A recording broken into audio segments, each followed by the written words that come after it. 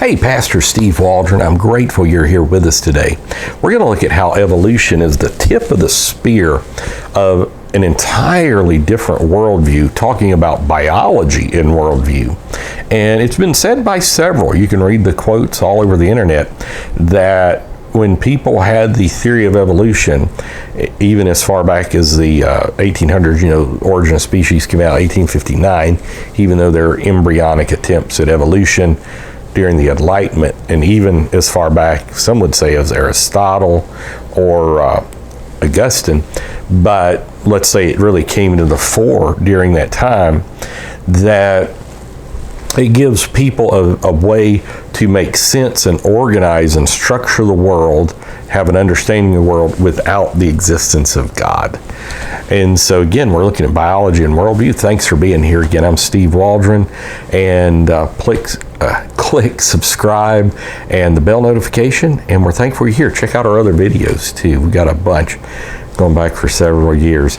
And so evolution is the tip of the spear, as I like to say, for a secular worldview of biology. And so we're going to look at basically how currently most evolutionists that are very learned would say that life began here on Earth. So you'd have something known as the singularity, which is a dot, a speck, and the speck, what came before the speck, they could speculate, but they don't know. So what came before the speck, that would all be a matter of supposition. I remember watching Carl Sagan one time go back to the beginnings of the explosion. I think he called it the primeval atom, is what the singularity used to be called, the speck. And he said, what came before that, we don't have to know. Science looks at that which is, and since we're not back that far, we don't have to know that. It would just be speculation, which to me seemed like a convenient way not having to answer the question, because people still have big questions. Why am I here? Is there purpose? Is there teleology? In these type things, is this creation, is everything just random conglomerations of atoms? Which again, Sagan has very famous statements saying no. Asimov as well, which I grew up kind of liking writing science fiction and all this before I really knew Jesus, and just in a whole secular realm and mindset. But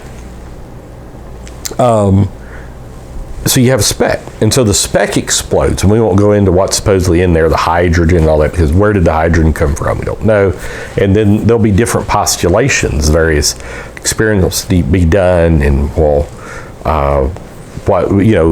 varying things in the speck. But the speck don't really know the mechanism why it explodes. You could speculate, but you don't know.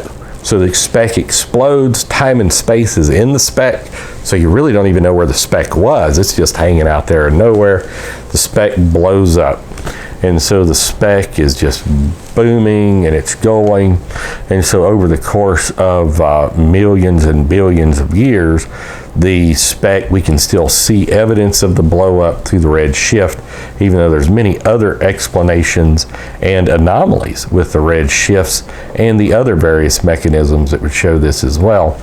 And so the speck blows up, and then certain things began to coalesce. Stars began to form, quasars began to form, galaxies began to form, spiral-bound galaxies, various novas, supernovas, even that's stars exploding and this type thing.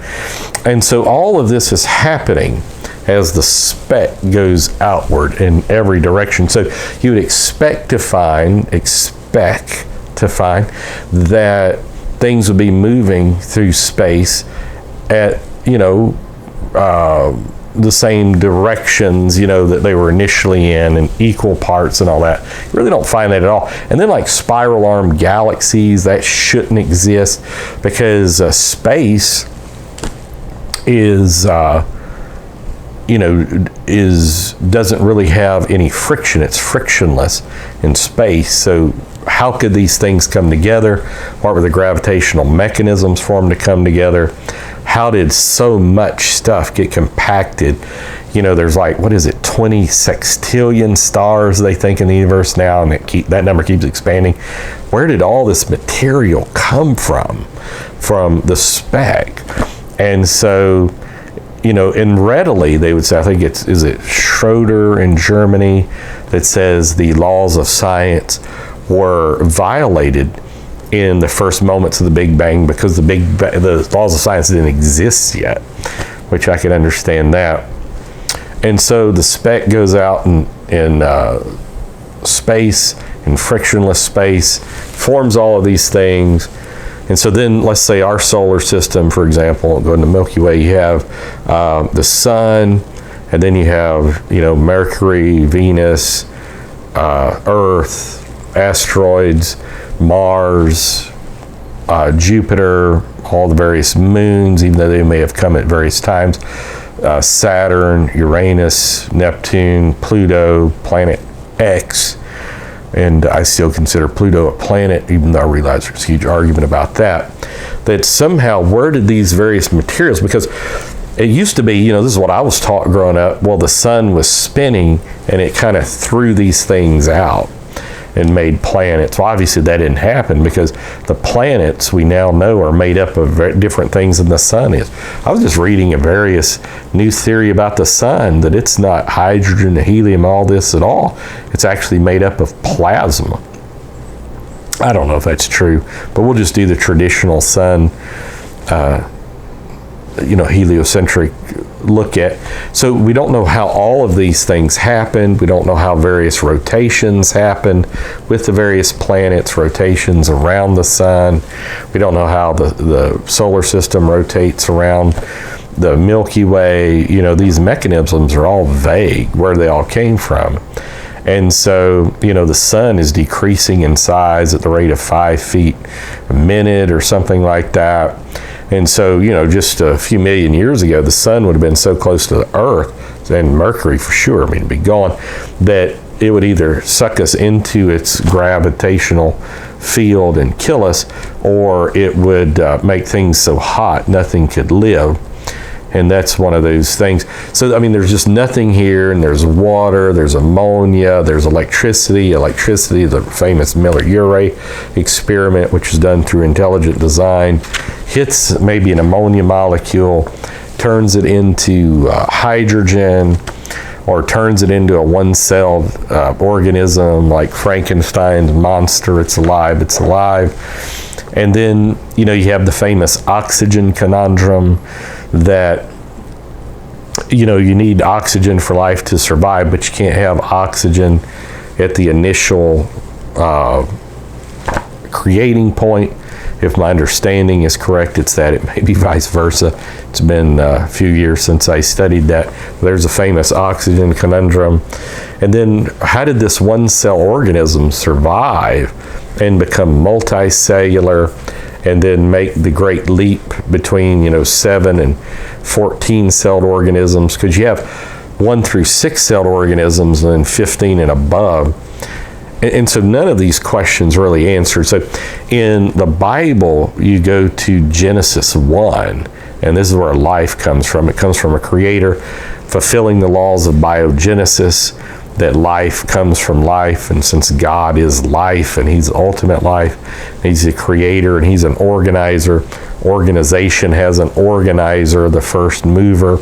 Cars have car makers, watches have watchmakers, Paley's famous argument. So when you really study even the first bits of the Big Bang, but then when you get into development, like the entire fossil record should be chains. It should be partial turtles, it should be partial lobsters, it should be partial, but really you get the Cambrian explosion, everything's fully formed and fully filled.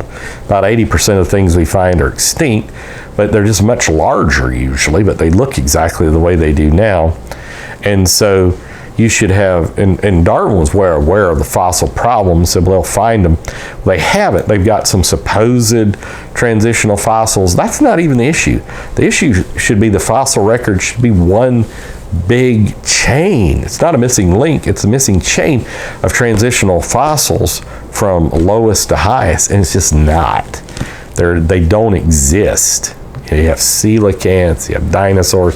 You don't have proto-dinosaurs, you don't have proto-coelacanths, proto-pterodactyls, anything such as that. And so biology and worldview, it couldn't be more contrasted. You've got man in the image of God, man is creator, God is creator of man, man is caretaker is what I was trying to say, not creator, man is caretaker, and then God loving man, God coming in the form of his son to die for man, taking their sins, and this is where death comes from. Instead of, we don't know where life came from, but we know death started soon thereafter, and through death, the series of deaths over billions of years, then came life. And then when the brain dies, you die, and so do as I will. This whole law of feel goes, do it. Instead of there's a God, we need to fulfill the moral law. And then there's a heaven to gain, hell to shun. So massive implications. So God bless. We love you. Thanks for listening. Check out our other videos, even on this subject. We'll see you later. Bye-bye.